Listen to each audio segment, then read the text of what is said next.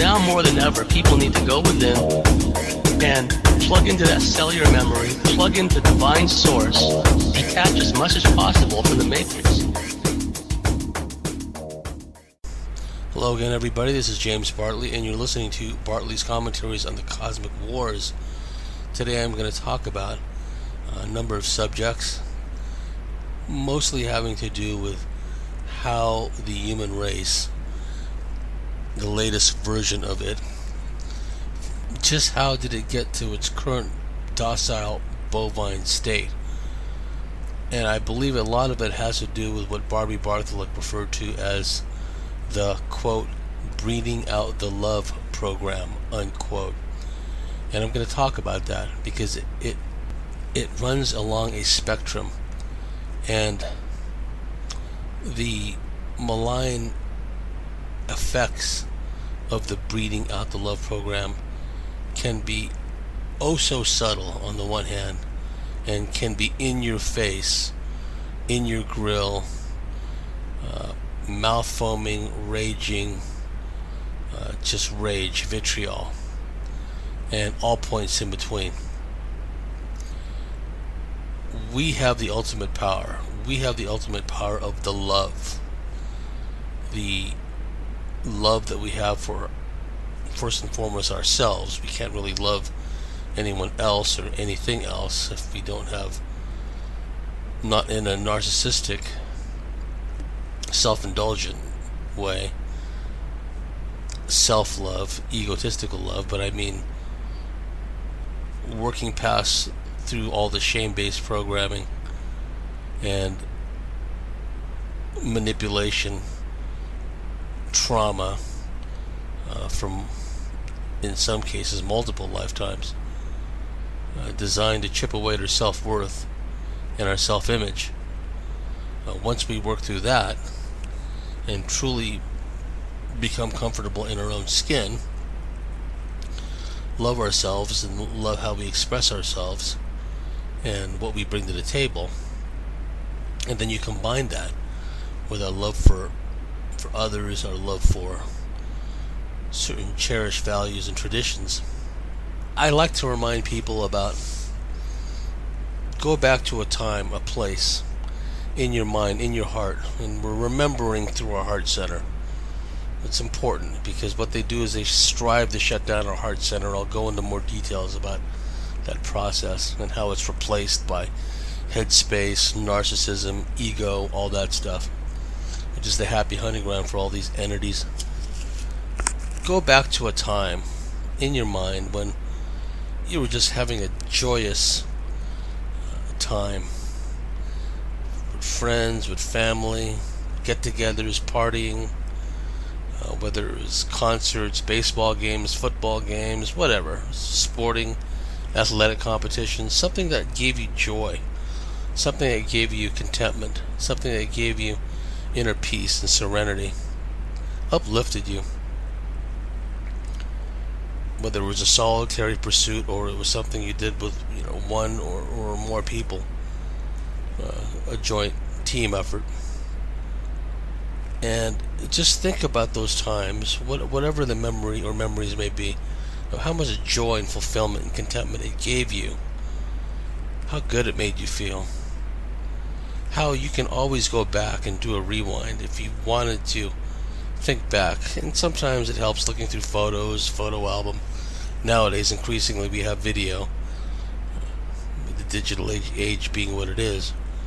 We can go back and we can have a jaunt down memory lane and really, really plug into these feel-good moments in our past. Now, there's that corny song, which I never really liked back when I was younger, but makes a lot more sense to me now. Being an old school rocker the way I am, it was kind of a stretch for me to even like the song in the modern times, but there was that big Beastie Boys song back in the day. You have to fight for the right to party. And now, I don't know what they meant by that song or what their philosophical outlook as far as the lyrics of that song were concerned, but the way I interpret it is all those good times you had in the past, all those triumphs, the love you felt for yourself and for others, the cherished moments, and the ability to go back and plug in and relive those moments and relive that feeling. Those are feelings that are worth fighting for. Those are feelings worth battling for and striving for. And I've told this story before, and before I finish this particular commentary, I'll bring it back up again, because it was an object lesson to me of just how much power each one of us has residing within our heart center. I'm not going to go into the whole story, but I've told the story many times in the past about how my little tour guide showed me and gave me an object lesson. And the little tour guide, if you're not familiar with the story, was this small entity that often accompanied me in the astral dreamscape when I was young. High school, freshman, sophomore year, that would be in Australian UK terms, year 9, year 10. He really started showing up in my dreams, and he would come around and he would show me things, he would tell me things, and he was always by my side. And I was always only able to see him in the periphery of my vision. I always knew he was there. He was a small, diminutive fellow. He would just share knowledge and information with me, take me to places in the astral dreamscape and show me things, right? Like I said, I never got a good, clear look at him. He was always by my side in the periphery of my vision, and he was a very short being, 2-3 feet tall. Anyway, in one astral dreamscape experience, we were in a place that resembled the backyard of my parents' house in San Jose, California, where I lived when I was a boy. We'd moved from Daly City, California, next to San Francisco, moved 50 miles south to San Jose, and I lived in San Jose for a while after that, until I moved out on my own. And the little tour guide took me to my backyard at that house, and there was a bunch of kids. They were all clustered in a big mass, and they had their arms outstretched, and they were swaying, their arms were swaying to the left and to the right in unison, and they were doing this kind of om kind of chant, kind of tone, right? And silly me, I asked the little tour guide, like, what are they doing, right? And why are they in my backyard? So for the first, only, and last time I ever saw him, my little tour guide came out, stepped out from where he was standing by my side, where he usually was, stood directly in front of me, looking up at me. And I mean, this guy was short. I mean, I was a short guy, but still kind of short. But he came up to like around a little above my navel, okay? So he stands directly before me, looks up at me, grabs both my wrists and presses the palms of my hands together in an attitude of prayer directly in front of my heart center. At which point, my heart center, for lack of a better term, just exploded in just this boundless energy burst of, it was like ecstasy, nirvana. There's no way I could describe it, just how it made me feel, right? Just this burst of pink, and a lot of pink, and pink light, pink energy just burst forth. Think of like the color of a rose quartz, for example, just bursting from my heart center. I didn't even think in terms of heart centers back then, okay? That came much later. I had no idea. I didn't know what chakras were until much later, decades down the track, really. Little tour guide pressed my hands together in an attitude of prayer in front of my heart center. My heart center exploded in this nirvana kind of ecstatic kind of feeling, and I was just awash in these bright lights of pink and amber, and I just found myself jettisoned, catapulted into the air. And then, I don't need to go into any more detail, but that was the last time I ever saw the little tour guide. And in hindsight, he made his point in a way that, it was an exclamation point. This is like your last lesson, grasshopper, right? This is the last thing I need to show you. And what he showed me was the power that each one of us has, that resides within our heart center. No matter how shame-based we are, no matter how traumatized we are, it may seem infinitesimal, the amount of power we have within our heart center. And the strenuous efforts the archontic forces, demiurgic forces, go to make us feel shame-based, to traumatize us, to metaphorically and energetically create like a hard shell around our heart center. And the purpose behind that is to get us into our head space, where we're much more easily manipulated through strong emotion, through neuro-linguistic programming. Just think of all the cultural Marxist indoctrination going on today. Get us out of our heart center, get us into our head space, where we're just subject to this never-ending barrage of propaganda, disinformation, cultural Marxist Luciferian programming. And it becomes a happy grounding ground for all these negative entities, right? And the little tour guide showed me then just how powerful this force is that resides within each one of us. So keep that point in mind when I talk about the breathing out the love program, because with an intact, functioning heart center, we have the means to instantaneously detect any form of bullshit. Nothing gets past us.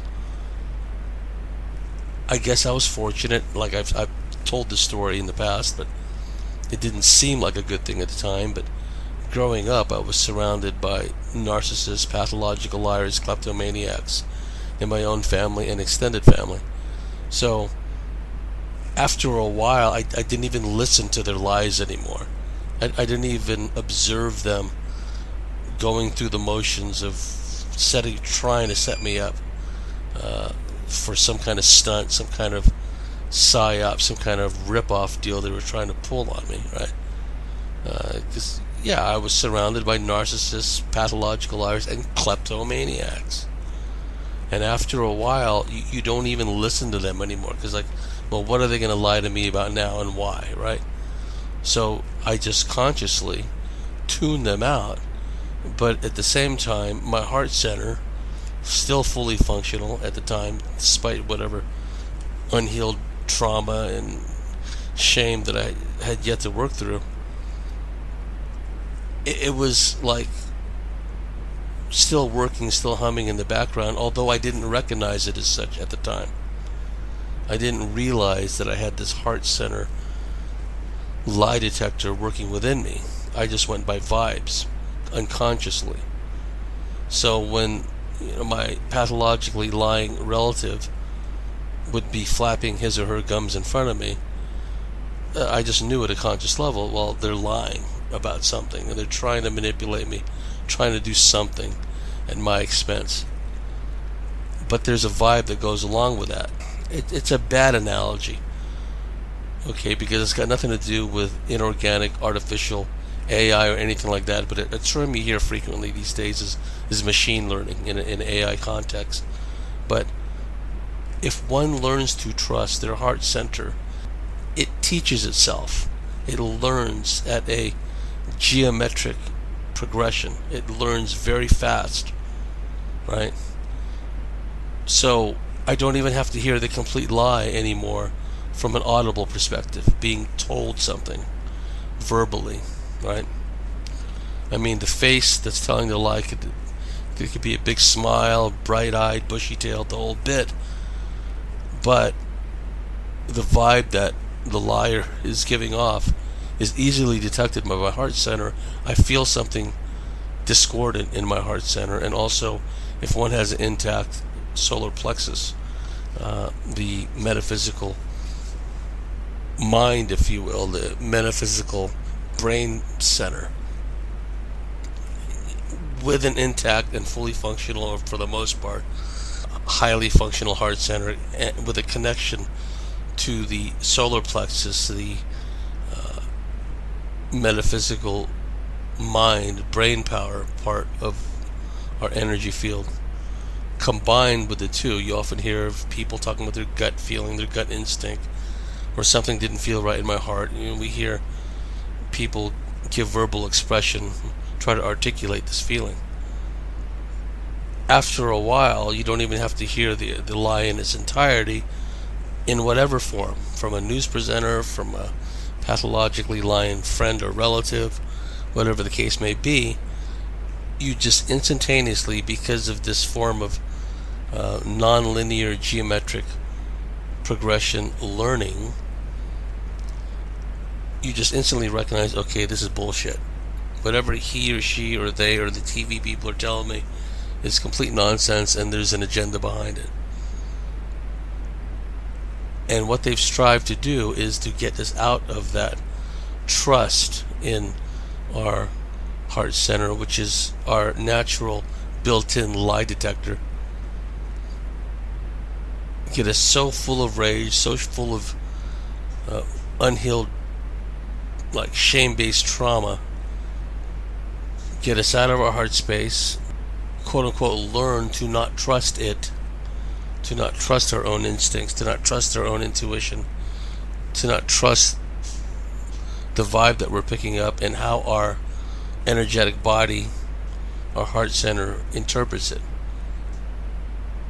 Move away from that, get into our headspace, which again is the happy hunting ground for all these entities, right? Where they can start pecking away at you with their OCD thought loops and intrusive thoughts and bad suggestion thoughts and promoting bad habits and bad idea type thoughts, right? And notice how the whole entertainment world, Hollywood, the news presenters, etc., everything, they try to force feed their version of all this disgusting nonsense in our face. Literally shove it down our throats. We get to a point, they want us to get to a point where we no longer have the natural innate ability to detect all that as BS and just go along with it, get into our headspace, and then take it all on board. I mentioned to Judith Quoba in a recent interview she did on the podcast, and I mentioned to her that I knew people that were so freaked out about the so-called Delta variant, right? And they'd already had the Pfizer, the double whammy from the Pfizer, but they're considering getting the single shot J&J on top of that, Johnson & Johnson. I mean, the clock's already ticking on these people, right? They're not going to be around much longer. They're not going to reach their 80s or something, or their 70s. The clock is ticking on them. But they get the J&J on top of that, and then on top of that get, if they're still around long enough, to get the seasonal boosters. I mean, they're toast. They're history. Stick a fork in them, they're done. And the latest communication I got from them is they're so freaked out because they know the U.S. Olympic team was waxed prior to going to Tokyo, but they're still coming down with the dreaded plague, right? They're still coming down with it. And then this person was writing this lamentation to me. Oh, even when we take the wax, even when we social distance, people are still catching it. It's like, what are we going to do? And this is the person that told me they're thinking about getting the J&J single shot on top of the double whammy Pfizer they've already had because of their fear of the Delta. And now they're freaking out because the contradictory messages they're getting. You need the wax in order for life to go back to normal. Oh, the wax doesn't really work. You can still catch it with the wax. You can still be contagious and pass it on to others. The unwax can make you sick even though you've had the wax. So there's just this constant barrage of contradictory archontic, demiurgic disinformation. And because they're in their the happy hunting ground of their headspace, instead of working from an embodied standpoint with a fully functional heart center, which should detect all of that instantaneously as complete and utter bullshit. They've been in their headspace for decades now. They're freaking out. And they don't even recognize the lies and the contradictions that they're constantly being fed, force-fed. They literally don't have the ability to stop and critically analyze and wait a minute, they told me one thing, now they're contradicting themselves. In fact, they've contradicted themselves a few times. They can't do that. They don't have that level, that very basic level of critical analysis, of self-reflection, because they're in their head space, right? So I just wanted to lay that groundwork as far as the breeding out the love program that Barbie Bartholomew talked about, because it is so critically important to understand just why so many people are clueless. I've already stated, and I am satisfied that the human race, as we understand it, as we perceive it, is not just a slave race, it's a livestock race. The real hybridization program was this long-standing process of turning the human race into a domesticated livestock, a cattle. Please forgive me, the asthma's been acting up again. It's been unusually cold here in Australia for some time now. So if one looks at the human race as a domesticated livestock species, which lacks the neural circuitry and lacks the functioning heart center, may have started out, most members may have started out with a functioning heart center, but the layers and layers and layers of trauma, grief, shame, archontic manipulation, toxins in the environment, toxins in the food, etc., right, has effectively cut them off from their connection to source, and they've been shunted into this headspace. We're talking about a species which lacks self-awareness, self-reflection, which lacks the ability to critically analyze and critically assess what is going on based on the external stimuli that they're receiving, and the ability to sort out the wheat from the chaff, the ability to filter out the nonsense, the BS, etc. Barbie Bartholomew was always fond of saying,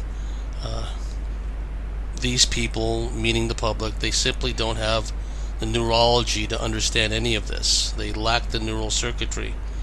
She also was fond of saying that the aliens know us molecule by molecule, right?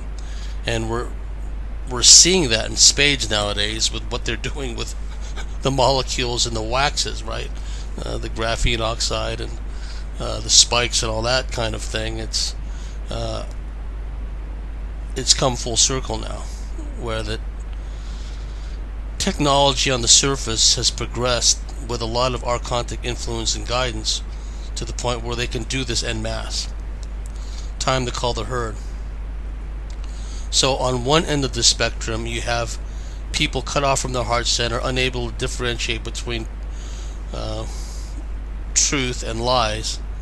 And then the other far end of the spectrum, you have the foaming at the mouth, rage-filled, emotional responses. And that's what the communist, Marxist, Luciferian indoctrination is all about. Just shunting these people into the victim aggressor mentality.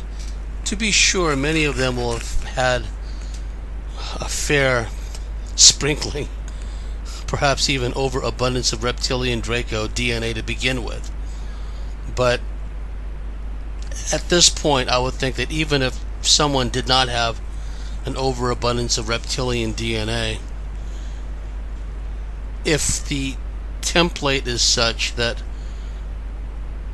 they're lacking in empathy, they're lacking in self-reflection, they're lacking in self-awareness, lacking in the ability to plug in via the heart center to higher sources of information, it would be relatively easy to shunt perhaps even a formerly passive person into the rage-filled, mouth-foaming SJW mode.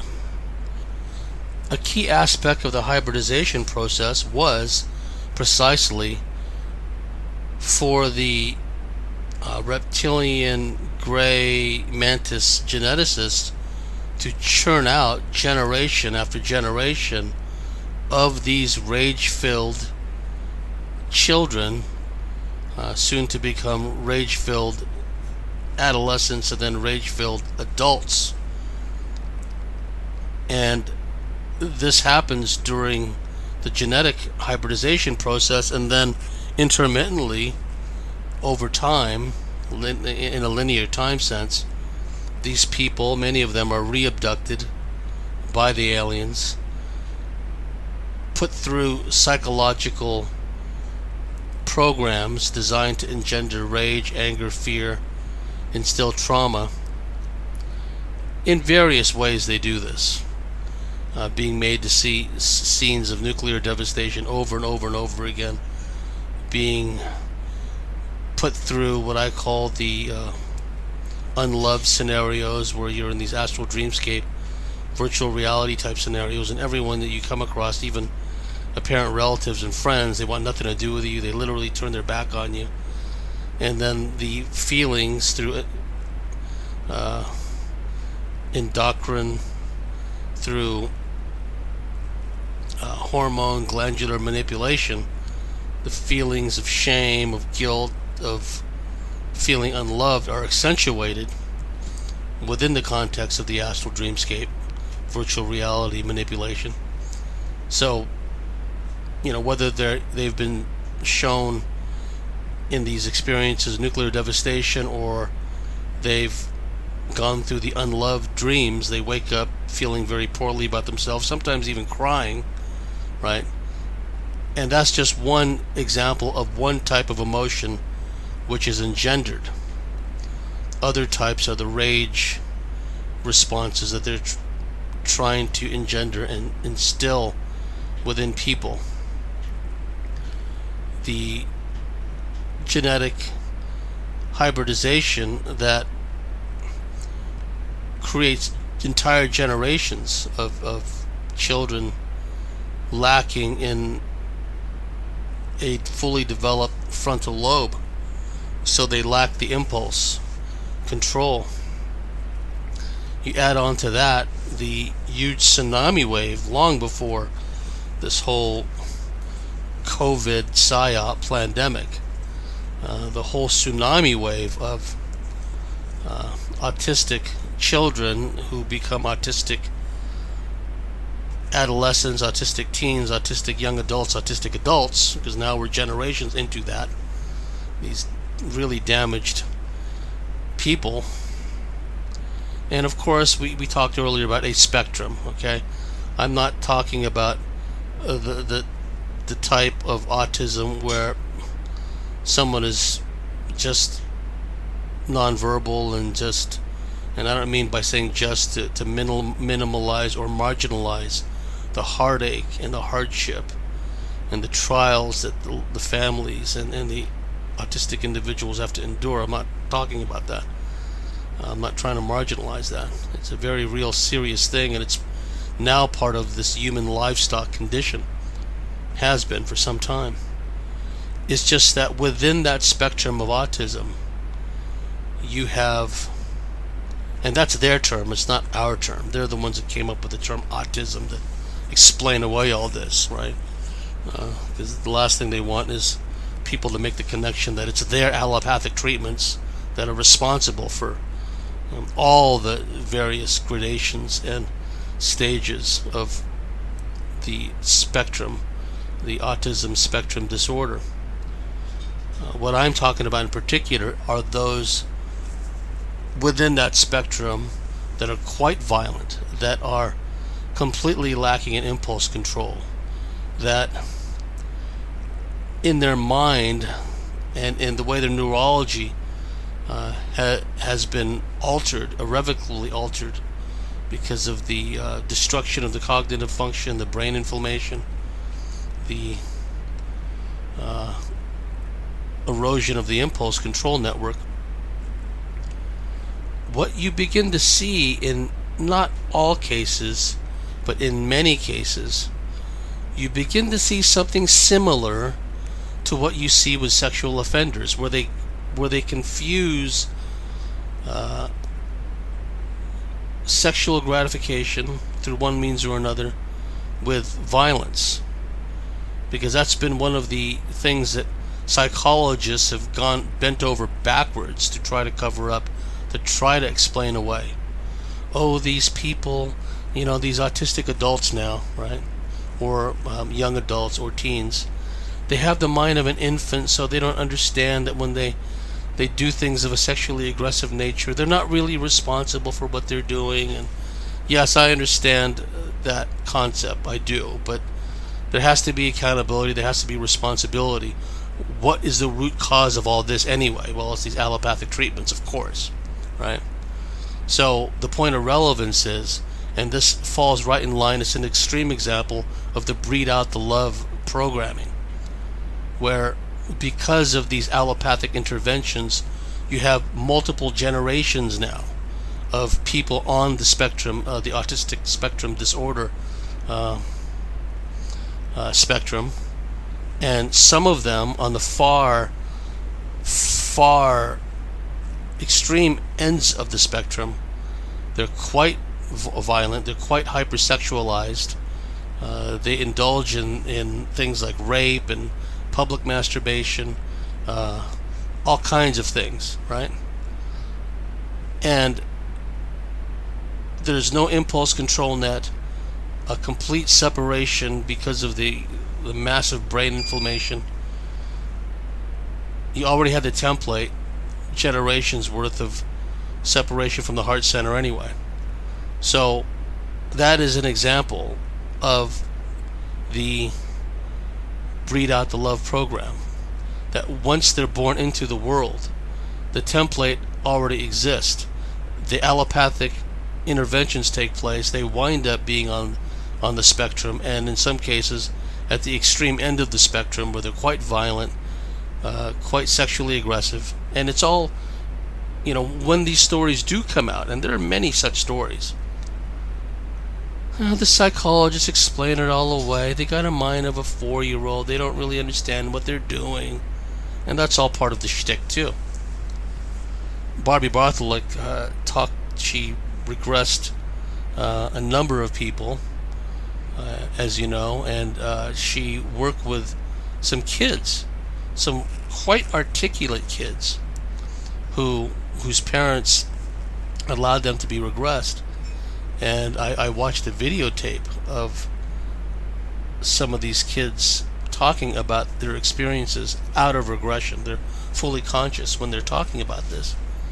And they describe how the aliens in these mass abductions of children, you always hear these people say, oh, the aliens are interested in our emotions, they're interested in our feelings. Well, what do they mean by that? Right? Because that's such a pat kind of cliche. Oh, they're interested in our emotions, they're interested in our feelings. Is that why they make us watch scenes of nuclear destruction? Is that why they make us watch scenes of wars and, simulations of violent acts of, of individuals and of armies? And there's a lot more to it than just saying, oh, they're interested in our feelings and interested in our emotions. The breed out the love program in extremis is designed to bring out these onerous, violent, rapacious attributes within people, beginning at childhood. And so one of these kids that were debriefed by Barbie, and if you watch the videos of that Barbie had put together with her, the people she worked with, the beauty of it is she always allowed the people to describe in their own words what they were feeling, what they were perceiving, what their assessment of the alien agenda and what it meant from a personal perspective, how they fit into the overall scheme of things from an alien perspective, what their role in it was, right? And some women will say, well, I'm a breeder, they need me for my eggs. And then this kid that was interviewed, he said that what the aliens would do was they would engender rage within some kids, and then within other kids they either engendered a fear response, or they didn't do anything, but they just let the kid's natural fear response take over and allowed or goaded the violent rage-filled kid to bully and even beat up the passive scared kid, right? And the kid described also how some of the things done to him and what he observed with other kids was the aliens were doing things specifically to engender pain and fear and rage, hurting them intentionally, right? And it's time we got past this notion of experimentation. Oh, it's experimental gene therapy. There's nothing experimental about any of this. A lot of this is all thought out. It's all been planned, engineered, scientifically laid out. And so what they're doing with what they have been doing with the Breed Out the Love program is whole generations of kids were being manipulated genetically, neurologically.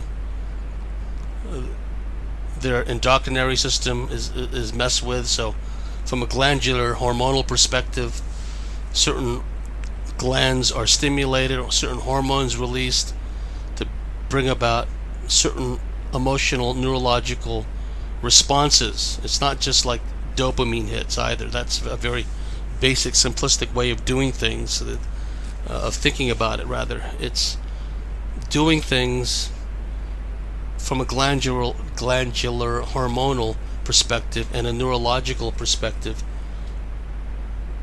precisely designed to engender a rage response, a violence response, conversely a fear and anxiety response, all points in between.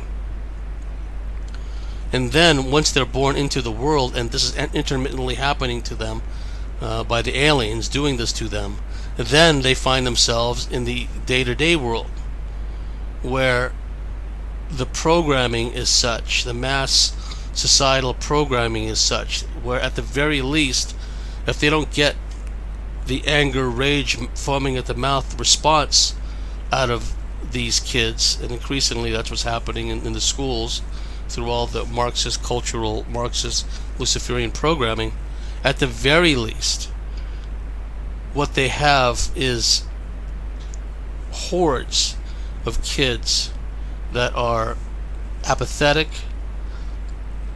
compliant, acquiescent, indifferent, narcissistic, self-indulgent, addicted to their digital devices.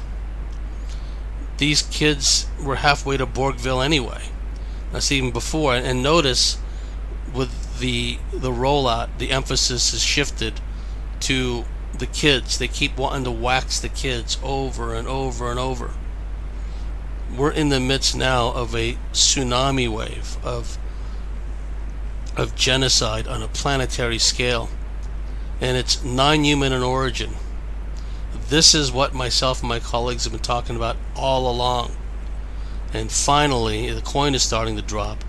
A lot of these surface level researchers are starting to catch on to that there is a non-human intelligence behind all of this. So when you see these pathological liars, and I was talking about pathological liars earlier in this segment, and they're on TV and they're saying over and over and over, vaccinate, vaccinate, vaccinate. It's the only solution. It's the only thing you can do. There's nothing else to do. And then the journo terrorists, as Mike Adams calls them, right? They've already been queued up to ask specific leading questions, making it seem like there's a controversy at work, making it seem like the government isn't doing enough, right? Well, it doesn't seem like these restrictions are harsh enough, because the rate of infection for the dreaded Delta variant is increasing exponentially. What are you, reptile politician, going to do about it? Are there going to be harsher restrictions, and when will they take place? When will the army get involved, right? So instead of journalists asking real questions like, what the hell is all this about, right? Really, what's really going on? No, these journalists are not just asking softball questions. They're asking leading questions designed to elicit a response which favors more harsh restrictions, more lockdowns, more limitations on what's left of our freedom. This is all archontic, draconian, Orion-inspired, Luciferian, demiurgic, archontic. There's nothing human about any of this. So we're back, getting back to that concept of the spectrum, okay? The spectrum that I talked about in the beginning. So your average everyday person, they fall into the spectrum where they're just apathetic, acquiescent, believe whatever they're told. They're just hammered constantly by the fear-mongering media and the fear-mongering politicians. So they're in this animalistic fear mode where they're more than happy to give away, that not even if they understand what freedom means even in the abstract sense, but more than happy to relinquish whatever freedom they have left for an illusion of security. And they're too dumb to realize that the more they give up with the expectation that they'll get back, the more they will permanently lose, because there's no intention of giving back. There's no intention of easing the restrictions. There's no intention of bringing everything back to normal, whatever the hell normal was in the first place in this archontic, reptile, mantis-controlled world. And then when we're talking about the far end of the spectrum also, we have to remember that so many of these politicians, so many of these news presenters are not just compromised, they're evil, evil Luciferian sewer scum, where they just, in private, they just do the most heinous, atrocious, appalling things. And that's who is in front of you, screaming at you in these news conferences, in these media updates about the latest stage of this, catastrophe in the making, right? And when we realize they'll go to that extent, hammer us from every conceivable direction to put us into fear mode, to the point where now, of course, it's been going on for some time, but really added sense of emphasis nowadays is, oh, it's the unwaxed. The unwaxed are responsible for all of this. The unwaxed is responsible for your restrictions. It's so easy to direct the rage and the angst of the cattle in a given direction, target at a given individual, target at a given demographic in society, in true Saul Alinsky type fashion. Just direct the rage in a certain direction. Because I don't even like the term NPCs anymore, non-participating characters, because it doesn't describe these abnormies, these moo-moos, because they're a force multiplier for this wretched system. They're in such fear for their pathetic, meaningless lives that they'll be happy, they'll be cheerleading people hauled off to the camps, cheerleading people strapped down and have all these wicked, evil treatments meted out to them, to the dissenters, let's say. So how could they be regarded as non-participating characters when there are willing participants in all of this? These are the ones that are calling up the police when they see two or more people standing, in an empty field. These are the ones that are calling up the cops when they see, somebody visit like a relative in their neighborhood, right? So how could they be non-participating? And the fact that they are acquiescent many of them are acquiescent, docile, and obedient. That's a form of participation as well. So what we see is this ever-increasing downhill rolling snowball of fear, rage, and angst. But remember what my little tour guide showed me. The awesome power that resides within your heart center that can overwhelm all of this if focused, right?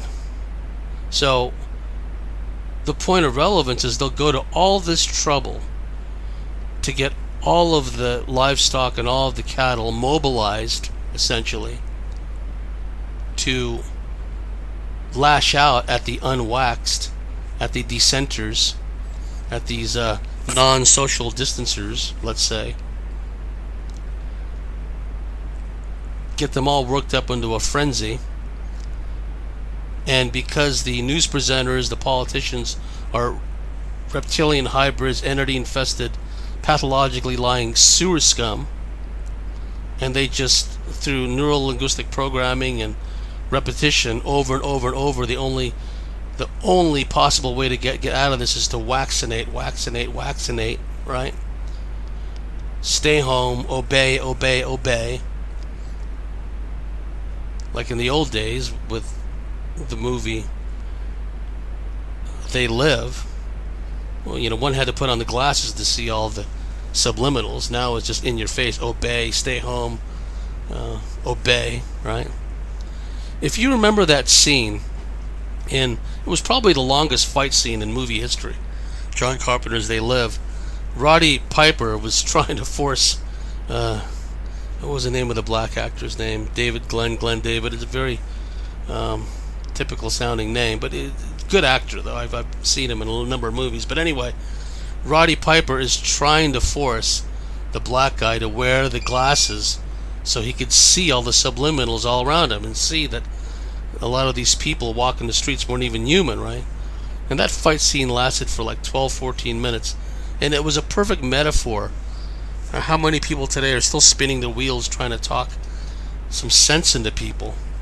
But you're trying to talk sense. They're trying, not you, the listeners, because you're my audience and you guys are really switched on. But I'm talking about those out there, and it's coming from a place of compassion, empathy, love. I understand that. But one has to, and this is just me talking, no one else has to believe this, but one has to pick and choose their battles carefully. So if they're going to be spinning their wheels, trying to undo a lifetime's worth of programming, and sometimes lifetimes plural, right, of programming, of trauma-based programming. That's what it is, trauma-based programming, shame-based programming. Headspace individuals with kind of cattle, livestock leanings, let's say, bovine leanings. I mean, you could pry their eyes open the way Mel Gibson's eyes were pried open in the conspiracy theory movie, right? When they're making him see the bright light and his psychologist controller. You could, through voice to skull, just pump in all this information.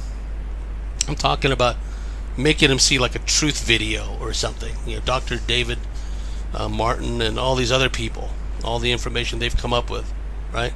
Sit them down, strap them in, pry their eyes open so they can't shut their eyes, use voice to skull technology to beam in the dialogue from these podcast interviews, shoot them up full of sodium pentothal, sodium amytal, so they, in a narco-hypnotic state, they're more likely to take it on board. You know what? None of that will work. You do all of that, and they still won't take on board any of this information. They can't. That's like trying to engage, some other species that speaks an entirely different form of language, some lower order species with a lower level of intelligence. It's not going to work. All you're going to do is irritate them. I understand people coming from a heartfelt perspective when they try to reach out, but there comes a point of diminishing returns. So while we still have the time, let's cultivate, let's propagate, let's strengthen, let's modulate and beam out from our heart center that rose quartz colored beam of energy, 360 in every direction, spanning time and space, spanning all dimensions, which my little tour guide showed me, right? It's there within all of us. And I was a shame-based kid, still got a lot of shame-based issues to work out. And if that amount of power can come out of my heart center, imagine all these other people out there who are far more healed and well-adjusted and reintegrated than I am. Okay? That is how we will triumph in the end. But we have to be realistic about this. The casualty count, the body count, if you will, has only just started. The gaslighting is constant. They're constantly hitting us with all these lies about all these, and they like to rub it in our faces. A 92-year-old, Delta strain victim, right? So they hurl all these nonsensical lies at us, all designed to get us into our headspace, get us into a feverish state of fear, of anxiety.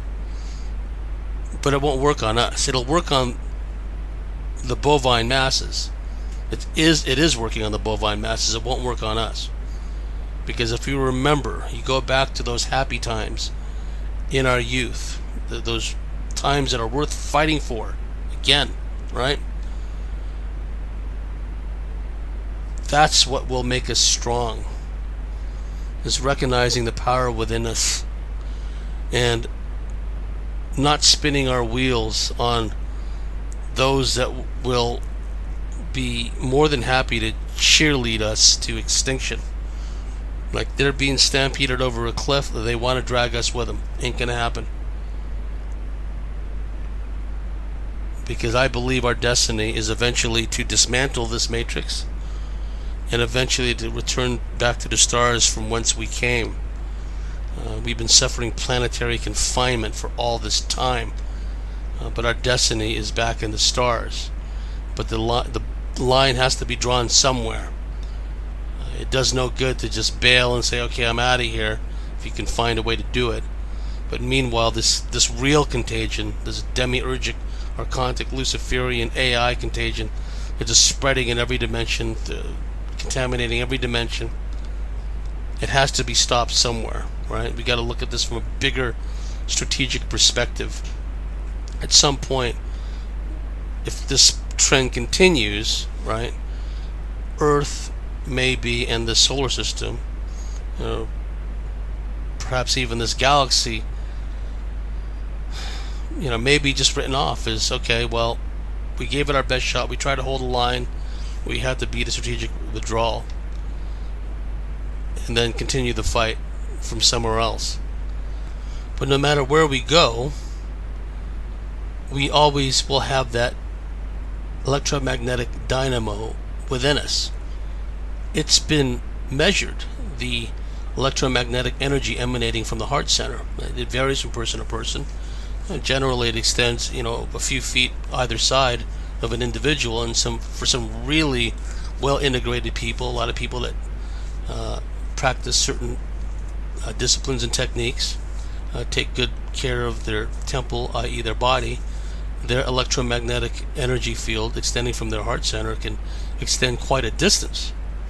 A buddy of mine was telling me that he'd spoken to somebody involved with satellite imagery. I can't remember if he said the guy was with NSA, NRO, CIA, one of those spook agencies involved with overhead satellite reconnaissance. But I've told this story before, but it bears repeating. They detected this heat source somewhere in the Himalayas, right, from overhead imagery, infrared sensors. So they located the source of it, clicked down, zoomed in, and then they imaged what was there. And what was there, when the analysts gathered around and looked at the image, what they saw was some kind of a yogi guy sitting in the center of a large circle of melted ice around him, and he was just sitting there emitting all this heat. He was apparently in meditation, but the heat that was emanating from him was such that it created, not only did it melt some of the snow around him in 360-degree directions, so he sat essentially in the middle of a big circle of melted ice, almost like in a crater, but his heat signature was observed from outer space, okay, from an imagery satellite, right?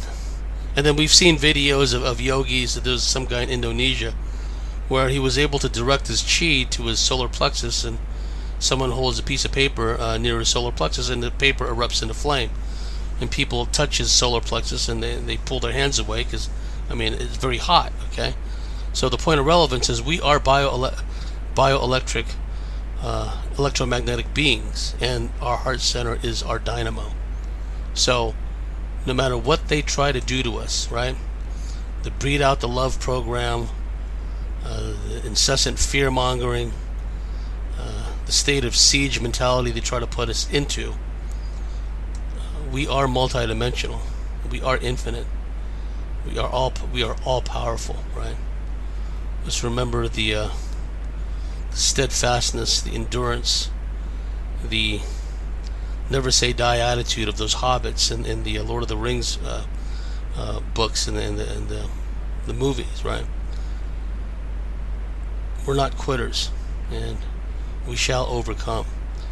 So anyhow, I just wanted to put that message out about the Breed Out the Love program and the fact that we are essentially heart-centered beings, and through our heart center connected to the infinite cosmos, the multiverse. And it's a two-way thing. We can send out and we can draw in too. So anyhow, just wanted to put that out there, and for our members, I'll be getting on a member segment before too long. Wherever you may be, whatever you may be doing, have a very pleasant time, and we'll see you next time. And if you like what we do, if you believe in what we do, please go to thecosmicswitchboard.com, sign up and become a member, and we'll see you next time. Bye for now.